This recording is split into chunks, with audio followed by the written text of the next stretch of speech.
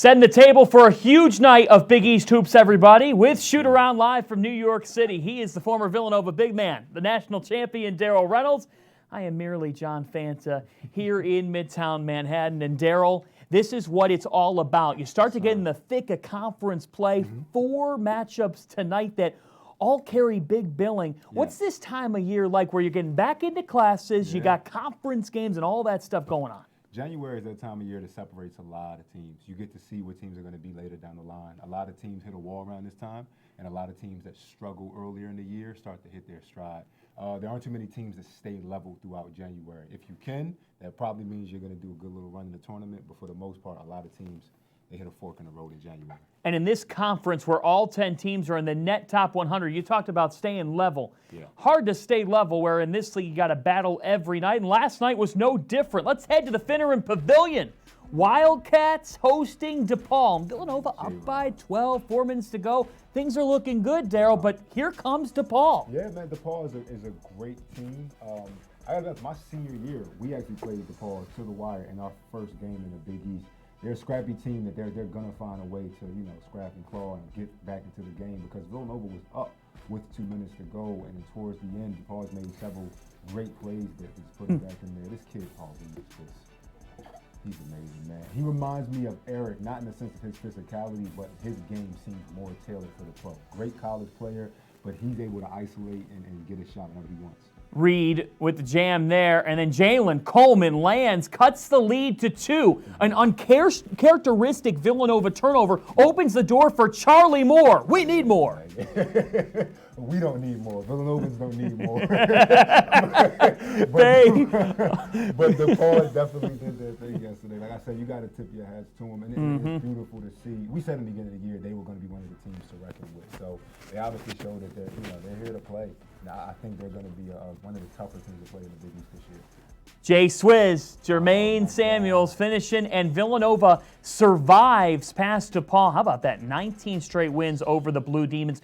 So the Cats get the W. They move to 4-1 in Big East play. How have you seen this team evolve?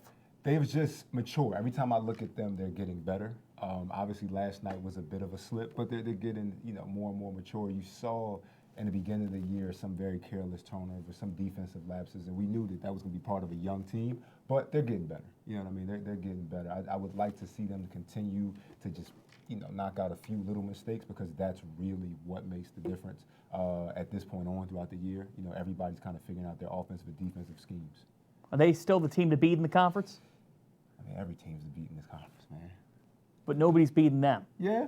With the exception of Marquette this year. I was about to say, last I checked, Seton Hall is standing at the top right now, so you know what I mean? It's one of those things that, yes, Villanova has been great throughout the years, but success is due every day, man. So here's tonight's slate, and you talk about Seton Hall. They're taking on a Butler team that is also unbeaten in Big East play. The Pirates 4-0 in the conference, the Dogs at 3-0. Seton Hall and Butler is going to be possibly the most physical game of the conference. The only other team I could think of would be as physical as Seton Hall with Butler is Providence. But Seton Hall and Butler, this is going to be a very, very it's going to be a good game. It's going to be a good game. Leave it at that. That kicks off the FS1 doubleheader at 6:30 Eastern time. Xavier and Marquette. Hard to believe those two teams are 1-3 in Big East play. They're both in NCAA tournament projections, which we'll get to in a few moments, but that is a big one out in Milwaukee tonight. Also coming up, we'll talk about Seton Hall Butler and Steve Lavin, all the way from Los Angeles. The coach, the Fox College Hoops analyst, will talk to us as well. Let's take a look at the headlines in Big East basketball. 10 teams in 3 minutes, the 3-minute drill right here on Shoot-Around. Butler. How about these Bulldogs? They are just on a roll. They're clicking, and they do what they do every year. They stick to their scheme. They're solid. Every guy takes the shot that he knows he can make. They all are they know where they're going to be on the floor. Butler just has a way of creating chemistry year in, year out. That's amazing. I guess that's the Butler way, man. Great team. The Dogs only allowing 54 points per game. Seton Hall on a 6-game winning streak. They're only allowing 59 per game in that time. Yeah, it's going to be a huge defensive game. Sorry about that. Both teams are very, like I said, physical, defensive-minded. They like the game to get rough. It's going to be interesting to see who comes out on top of this one because both teams have very similar skill sets. Villanova with a net of 21, and the Cats up to Number 14, the AP poll, Sadiq Bey with 33 points over the weekend. Jermaine Samuels getting it done on the drive as well. And this team goes as far as the point guard typically takes him. Colin Gillespie continues to get better. Yeah, man, they all are. But to speak on Sadiq and Jermaine, their development has been huge. Sadiq is really getting confident in his three-point shot, as we see Michael Creighton just drain one. And Jermaine will always be there. Damian Jefferson as well. This Creighton team, how about this? They were number 33 last week in the poll. Now they're up to 25. And this Blue Jays team, they'll take on Georgetown tonight as we look at Marquette. Brendan Bailey and Kobe McEwen. Those are really the two key players for this team. Can Marcus Howard get help? Yes, absolutely. Like you said, the next two guys up in the scoring, and obviously McHugh brings a lot of assists, but he definitely he's going to have to get help to win this game tonight. I'll say it like that. Georgetown, Omer Yurtseven will be crucial tonight. You're talking about a Creighton team on the other side that is a bit undersized, but one that can shoot the 10 threes per game. The Hoyas, they're right there with Creighton at the top of Big East scoring. Let's turn to Xavier. What do you see? I see Xavier just being the more physical team tonight. I have, quite frankly, a lot of confidence in their seniority. They have a lot of experienced guys on that team, a lot of guys who have been together, but they like to get another team that likes to make the game physical. Tyreek Jones on the inside is an absolute beast, so they have to limit his touches. St. John's is at Providence. Johnny's the marquee wins over West Virginia and Arizona. Just one conference win to show for it, though. LJ Figueroa and Mustafa Heron. We'll see if they can deliver tonight. That's 8:30 on FS1. And let's look at this DePaul team. You were just talking about where they're at, but they are 0-4 in the conference. Yeah, they kind of, like I said, another one of those teams that hit a wall, but I have confidence that they're going to get it together. They look different than they have in these past years. They have a different swagger in their step. They have several guys who can hit the ball from three like you just saw, but they have no problem getting inside. What do you like about Alpha Diallo for the Friars? I just love that he's their leader through and through. You see him take responsibilities in huddles. You see him making plays out there on the floor. You see him not scared to take any shot. You see right here. And he's also not scared to get in there and get his hands dirty and rebound. So he's just an all-around player, man. All 10 Big East teams in the net top 91 as we take a look at some of the numbers around the conference right now. And Daryl, this really shows not only the league's standing, but there are a couple teams who have found some separation at the top. Yeah. I got to be honest, in the beginning of this year, I thought it would be anybody's league. I'm hoping that throughout January and in February, we can kind of see it even back out. But like I said, several teams have just hit a hard point. They, like we said, Marquette being 1-3, nobody predicted that happening in the conference. Quite frankly, I thought Creighton would be closer to the top, but it's a long season, man. And we see how this time of year, all these teams, because they know each other, anything can happen. Here's the AP Top 25. And like we were saying, Creighton, they actually went 1-1 last week. They beat an unranked Xavier team, and now that vaults them into the poll. It says a lot about the Big East depth, and the Butler Bulldogs up to number 5. Yes, sir. Could anybody have seen this coming? It really is amazing. Yeah, we knew, obviously, it has to be one team that's really up there in the top 10. It's great to have 4 teams in the top 25, but Butler is a team that they're always they're right there. For years now, they have been right there, and it's nice to see them hitting their stride. Looking at bracketology from Mike DeCourcy of Fox College Hoops, their newest bracketologist this year, and you see 7 Big East teams at the moment projected to dance by him, those double-digit seeds. Xavier at Marquette tonight. If you didn't think that was a big game before looking at this graphic, you sure do now, as Mike DeCourcy with the 7 teams. Then we take a look at the Big East standings, Daryl, and that middle is just a total long jam with 4 teams at 1-3, 4 teams that all could still get to the tournament. Exactly. That's what I mean. The beauty of it, like we just saw, we have 7 teams projected to be in the NCAA tournament. That's huge with only a 10-team conference. But it's anybody's game. Those 4 teams, obviously, that's going to shake up over these next couple of weeks. But this conference is for anybody. Even Seton Hall sitting at the top, that's 4 games. You know what I mean? St. John's wins their next 3. They're at 4 wins in the conference as well. So it's still anybody's conference. It's too early to tell. It may be anybody's conference. Tonight, though, pits the 2 unbeatens in the league that remain up against each other. Butler and Seton Hall. The 2 teams have combined for 16 Quadrant 1 or Quadrant 2 victories. Really is incredible. As we go down low with D-Ray and take a deep dive into this matchup, let's look at Butler a little bit. Butler is a bit undersized. Obviously, they don't have a player above 7 foot, but they're physical. They play pack line defense, and one of the best things about Butler is they get help inside because their guards have no problem getting in there, rebounding, and they play a pack line defense, so that's really going to help. But on the other side, you have Seton Hall with Gill averaging around 3 blocks a game. I think a lot of this game is going to come down to Butler's shot selection, because once they get in there, you're dealing with 2 guys, and they're big men who can just put any shot into the 3rd row. And obviously, we have to look out for this guy, Miles Powell, but like I said, I really think this is going to be a game that's decided about 10 feet in. We see Gill get a dunk right there. Seton Hall at the top of the Big East with over 6 block shots per game. Yes. And that's where you look at this matchup against Butler. And a lot of what the Dogs are determined by offensively is what Sean McDermott, the senior stretch 4, and Jordan Tucker, the Duke transfer, do for them out on the perimeter. Yes, yes. Seton Hall has great, I love Seton Hall defenders, especially McKnight. I know he's going to get a lot of shifts on different guards, and he'll be all over the place. He'll definitely be on ball one at one point. He'll definitely see a switch or 2 where he's with Tucker. So I have faith in Seton Hall's perimeter defense, and that's why I think, in a way, on the perimeter, these teams X each other out because they have such great guard play, such great wing play, but at the same time, you know, they're great defensive out there too. In a cut and dry battle where it's so physical, could be first to 50, first to 60 wins. Yeah. 2 teams that play very good defense, like you said. They're at the top of the standings when it comes to how many points they give up. So, could definitely see this being a low-scoring but physical game. The scoring could very well come from Miles Powell and Kamar Baldwin. Exactly. They are stars, and so is Matt Schumacher, who's in Indy tonight covering this one. Matty?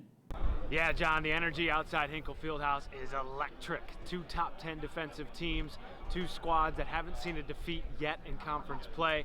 2 teams riding 6-game win streaks.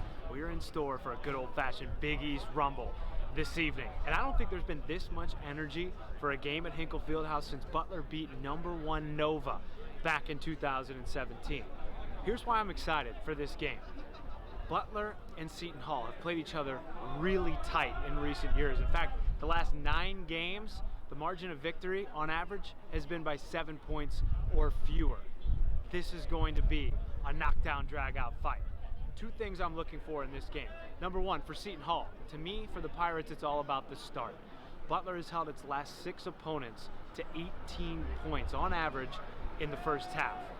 And honestly, the last 3 times Seton Hall has been here, they haven't put themselves in a great position down the stretch. They've trailed by double figures with less than 10 minutes to go in the game. I don't think they want to put themselves in that position against a great Butler defense tonight. I think if they can avoid that, find a rhythm offensively in the first half, they'll be in good shape. For Butler, the key is the 3 for me, hitting it and defending it. In terms of defense, Butler defends the 3 almost better than anybody in the country, holding opponents to 26% from beyond the arc. But Miles Powell has the green light from Trenton.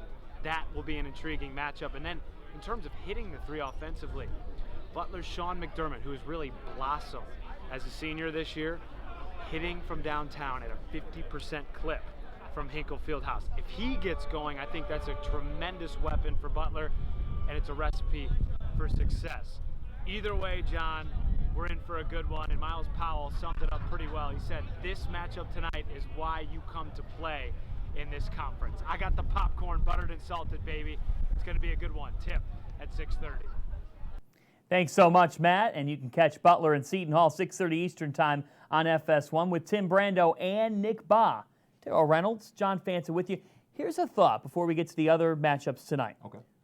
With the exception of Providence right now, who comes in with a net ranking of 91, the other 9 teams in the league, if you played at any of their places, it would be regarded as a quadrant 1 win if you got that victory.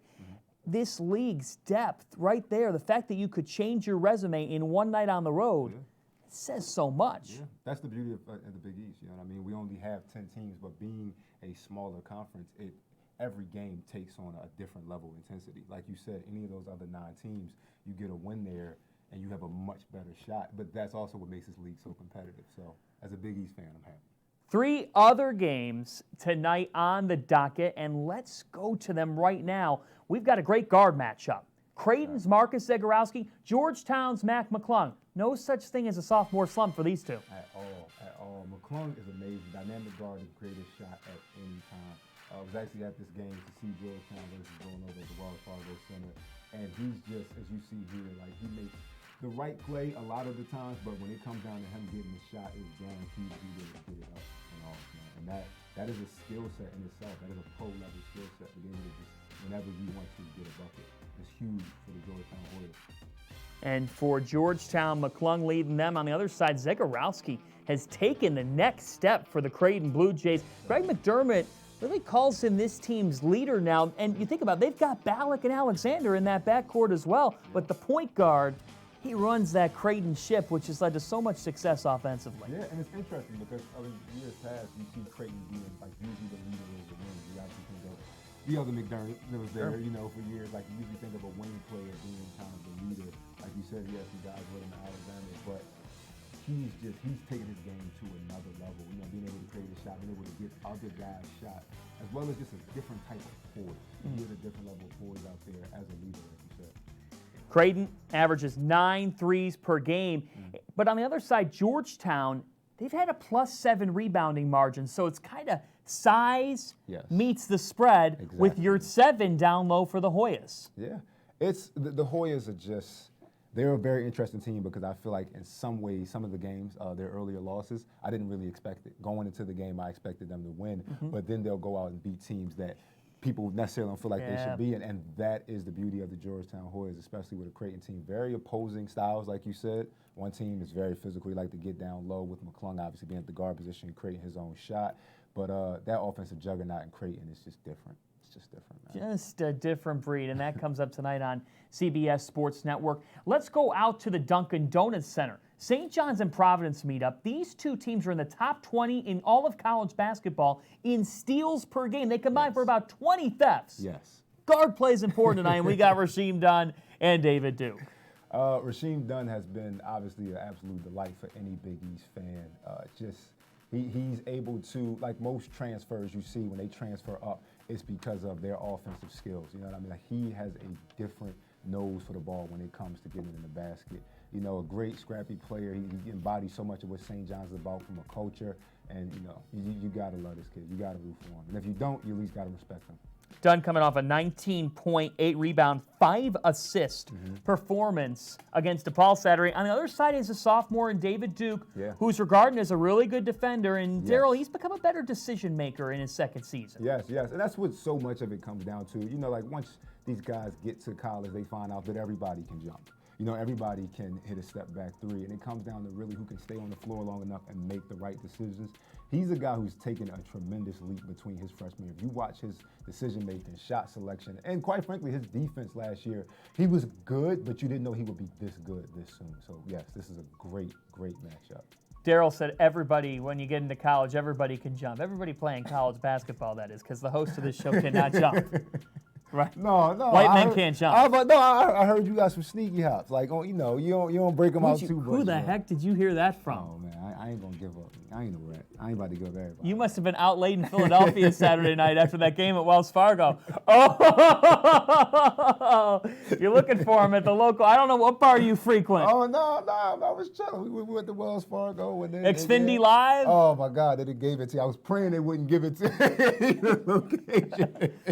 The producer of the show knows where to find you if we need you on a Saturday night. Exactly. All right. Well, Saturday night, you go on Xfinity Live, crapshoot. You might see me in there. Like my dad always told me, straight home, son. Oh, man. Don't nothing good happen after 10. Nothing good happening after 10. Well, Big East basketball will be happening tonight after 10 o'clock, no matter what anybody tells Michael Coyne. Let's move on here. On our schedule, we've got Xavier and Marquette, two teams trying to right the ship that are more than capable of it. Najee Marshall for the Musketeers. Yeah. On the other side, Marcus Howard for the Golden Eagles. How does this shake out? I honestly think that Marquette is only going to get right when Marcus Howard gets some help. Some true help. Obviously, the next guy up scoring is averaging 12 points per game, and that's huge. That's great for them, but he really needs help all the way around. You know, they need guys stepping up. And with Theo John out, that really, really hurts. Do you think that it's a situation for Howard where, as a star player, you're wrestling your head of how much do I have to just go for 35, 40, be myself, or how much do I have to involve others? Yeah, I think he has to strike that balance. Obviously, nobody gets 50 in a game just luckily. He can No. put the ball in the basket. But when you're at the top of the scouting report and the other guys come out and they're denying you or they're Xing you, as some teams would say, as in one guy's assignment on defense is to not let you touch the ball, getting those shots off, now they're rushed. Now they're not as timely as they would be. You're not as comfortable. As opposed to, like I said, if he gets some help, now he doesn't have to take certain shots. He has to take the shots down the stretch. He takes shots when he wants to. But there's a different type of pressure of knowing if I take this, I have to make this. And then on the defensive end of the floor, we might not get a stop. You know what I mean? I think that peace of mind for him will help them tremendously. That's some great analysis there on the situation going on with the Golden Eagles. Here's an example. Kobe McEwen at Creighton in the Big East opener, scoreless. Marcus Howard, helpless in areas. Then, that following Saturday against Villanova, McEwen, the Utah State transfer, the guard, has 22 points in that win. A switch was flipped. Yeah. Next thing you know, the Golden Eagles are on the winning side. Yeah, and obviously, to anybody who watches them sees, like, he's probably the next guy up. Like when you think of them as far as offensive power. But like I said, just assist. He obviously is the guy in that department. But it might just take those two, to be quite honest. Because what Marquette does have, not to completely just slam them, what they do have are guys who know their role. They do a great job of understanding who is supposed to do what when they get on the floor. It's just if they have a couple of guys, one or two guys, maybe just McEwen just flips the switch completely and turns it on, that will alleviate so much pressure from Marcus Howard, which will relax everybody. And then, like I said, on the defensive end, it's not we have to get a stop right now because we get down the other end of the floor, they're going to be all over Marcus. And for Xavier, they're unbeaten against Quadrant 2, 3, and 4 teams. But against Quadrant 1 this year, 1 and 4. This would be their best win of the season. The Musketeers with 2 home losses last week at the Cintas Center, which seems shocking when you think about how tough it is to win in that building. Yes, that building has a different energy around it. Not just the bells and whistle of it, but that team and the way they play and the way they click with that crowd there, it takes on a different beast. Which, like you said, is very interesting. I've always known them to be that team that once you get there, you really, really have to watch out. But it's a lot of basketball to be played. I would never write off a team like Xavier, and I would never write off a team with so many, just upperclassmen leaders.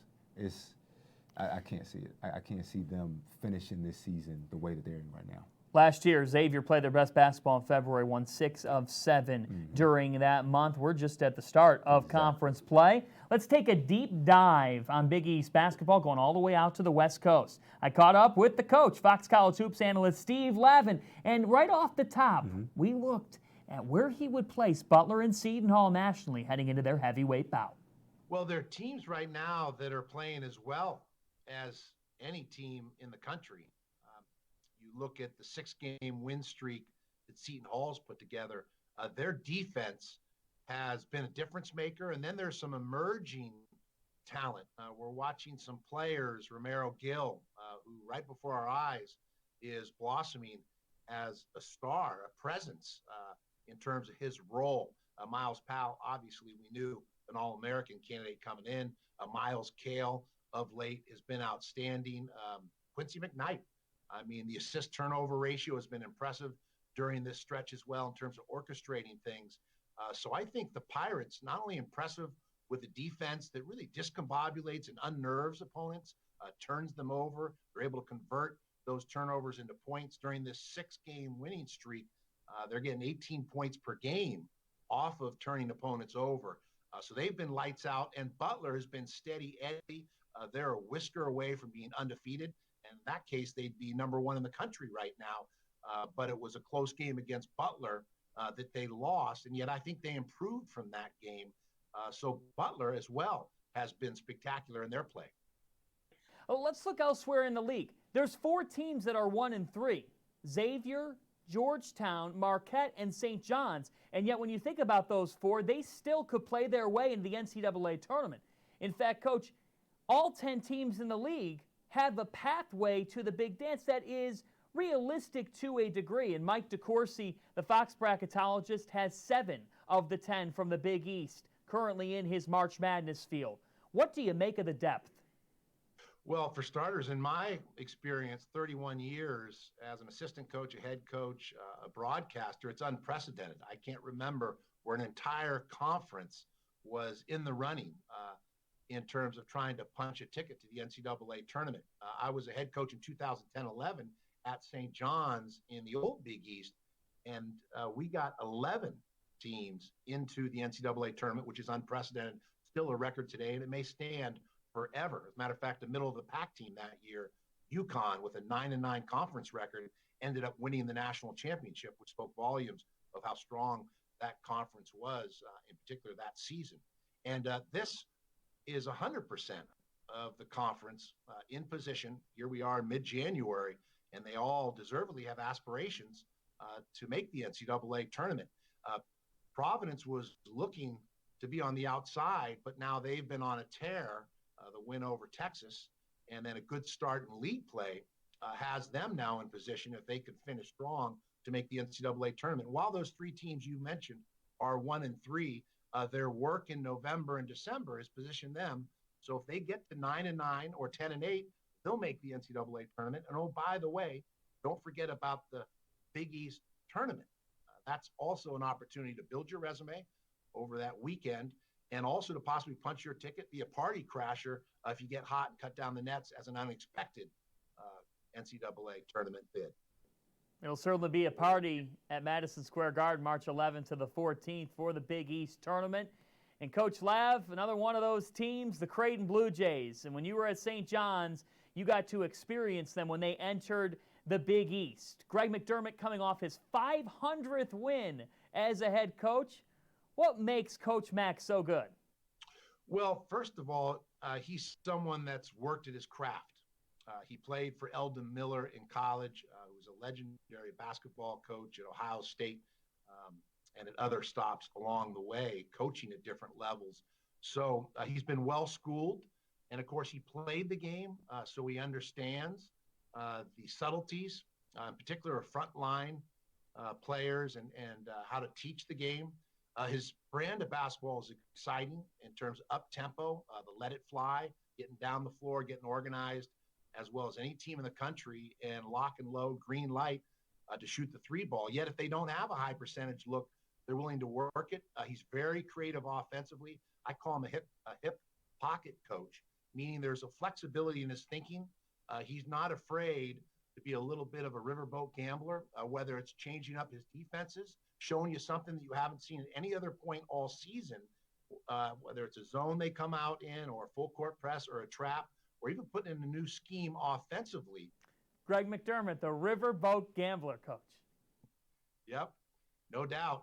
A lot of confidence. Well, Coach Lav, my friend, you've been in city after city, day after day. You're back in the studio this week. My only hope would be that Mully and Donnie Marshall left you some chocolates or kept your seat warm at the very least.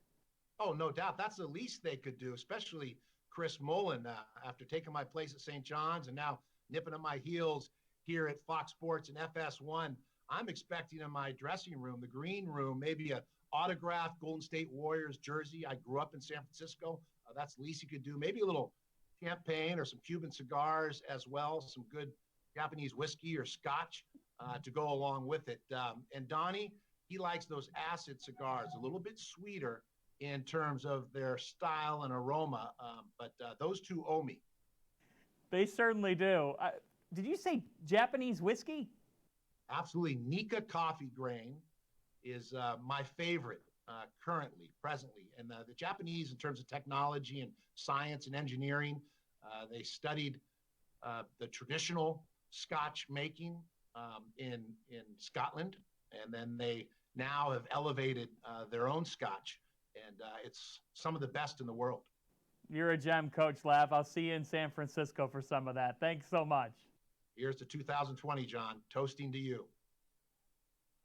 Japanese whiskey. You can't find that at Xfinity Live.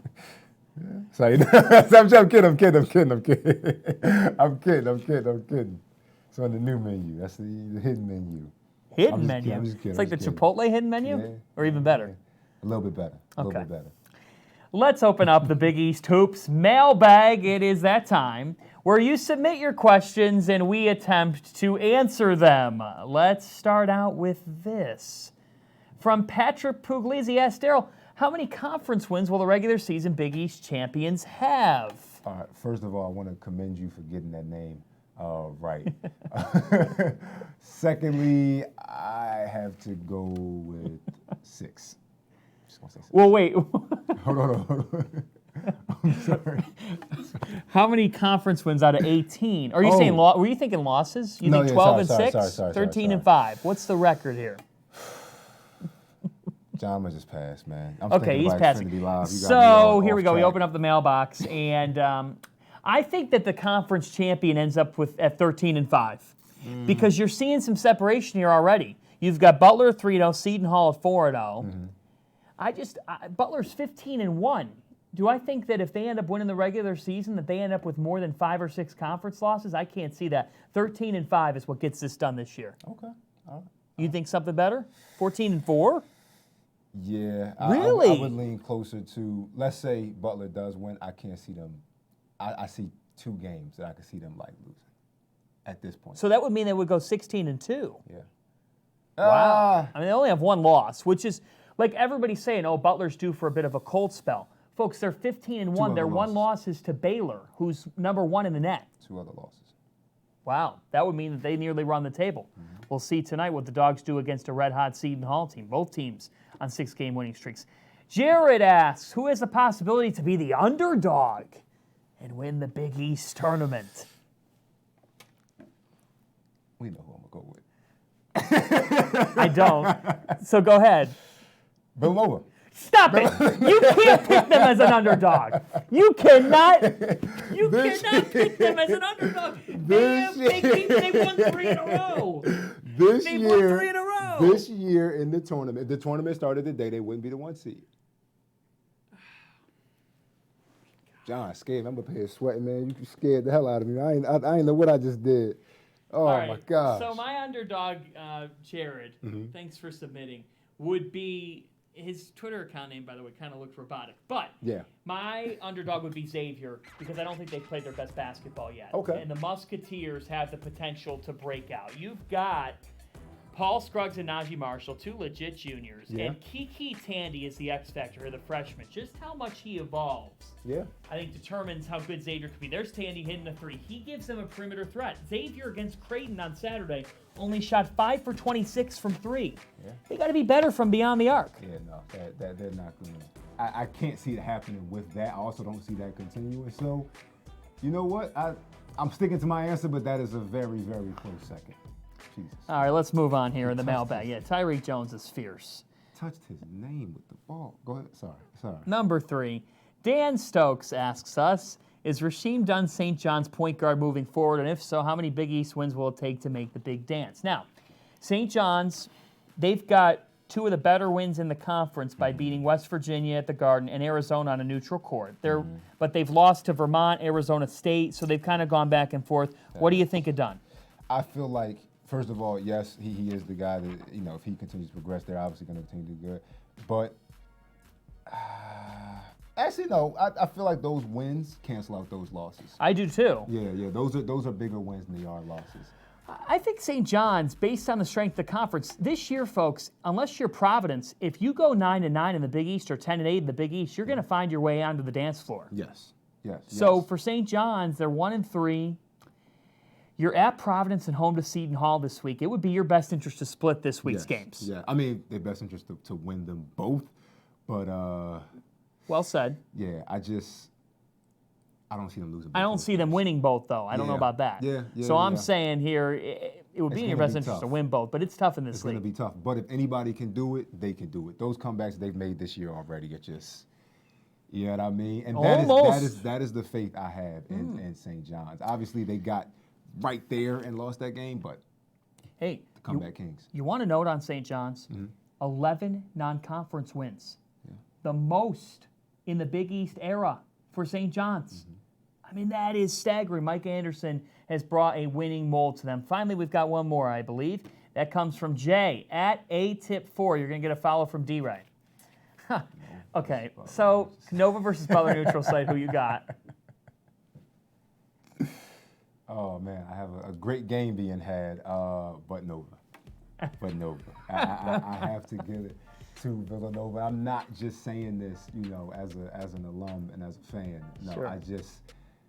these young fellas, they have a different, obviously this wasn't one of them, they lost the game at Marquette, but they take on a different attitude when they get on the road, you know what I mean? And obviously for both games it will be a road game, but I'm going with Nova. I don't know. I mean, I actually am going to go with Butler just Okay. because I think the defense travels. Okay. And Villanova has struggled defensively at times this year. Now, there's a long way to march, but Laval Jordan's group, Yes. they defend as well as anybody in America. Jordan Tucker and Sean McDermott continue to evolve, and I think that determines if Butler could be a team that gets to the Final Four in Atlanta. But you've got Kamar Baldwin, who David Woods of the Indy Star compared as the Mariano Rivera of the Big East in that he always closes. Okay. I love that comparison. I like that. And I love Butler. Like I said, they're a very physical team. I know I've said that a million times, but that is really like, people do not understand that is a hallmark of who they are. They have great offensive players, but they get so many things done just off of toughness. So that game usually comes down to who's the tougher team. But I got to give it to Villanova because Butler's wings, I don't see them stopping Sadiq Bey and Jermaine Samuels enough to win that game. Interesting. No. Cats got the win over DePaul last night. They and the Blue Demons, the only two teams on the 10 not playing tonight. We've got one more in the mailbag, and this one is really special. Michael Kaltenmark, Butler Blue III's handler. He's with Tripp game after game, runs him out of the floor at Hinkle Fieldhouse. Michael had a kidney transplant, and how about this? He is doing well. He's back at home recovering, and you see it. I love that dog. He and Tripp have a special bond, and in Tripp's final season, he's going to have Michael back with him before the season's over, running him out onto the floor. We want to wish Michael and his family the best, and to Mike, I know you'll be watching tonight, Seton Hall and Butler, and good luck to the dogs for your sake. But it's so inspirational. It's awesome, man. That's amazing. Beyond basketball, that is really what this conference is about. I mean, you see behind it so many stories, and that one obviously doesn't happen on the court, but for Butler to be a part of that, that's huge. So God bless you, Mike, man. Absolutely. Michael, sending you the best wishes back here from New York all the way out to Indy, and great to see that you're doing well. Let's look at tonight's slate. So we talked about Seton Hall, Butler. Xavier, Marquette deeper into the night. 7 Eastern Time, CBS Sports Network. Get ready for the threes. You got Creighton and Georgetown, and then capped off at the dunk, St. John's and Providence. I'm going to put you on the spot here. What's up? Butler, Georgetown, Marquette, Providence. Those are the 4 home teams. Who would you, out of those 4 venues, where do you just not want to go to play a game? Butler. Why? Butler. Hinkle Fieldhouse. It's obviously it's not like any other arena in the conference, but there's something like very, and I'm speaking as an ex-player. Obviously, as a fan, you admire it, but as an ex-player, there's something eerie about that place. There's a different energy when they get in there. They play at a different pace at home than they do on the road, and they play great on the road. Obviously, their record shows that, but they play with a different edge to them. Like I said, I remember almost every game coming down to the wire out there. Butler is one of those places that it's just, no. If you could avoid one game on the road during the year, we definitely chose Butler. You think about the way those two teams are playing, Butler and Seton Hall. Butler with just 1 loss. It came by a single point, and the number 1 continues here. It came to number 1 Baylor, who's currently number 1 in the net ranking. Seton Hall's won 6 in a row. Yeah. They're 12-4. They look like a buzzsaw. Wow. Dogs, Pirates, 6:30 Eastern Time. You head to BigEast.com. Follow us at Big East, at Big East MBB. Use the hashtag Big East Hoops. And if you're looking for Xfinity Live recommendations, you follow Terrell Reynolds, apparently. And finally, remember, Villanova is an underdog. Yes. If the tournament started today. It's a lot of basketball we play, but if the tournament started today, they would be an underdog. I'm going with them. We are saying good night from New York. Enjoy the Big East Hoops. And like Matt Schumacher said, grab your popcorn. My man. Extra My butter? man. No. I'm on a diet. I got to watch my figure. I'm not. Good night.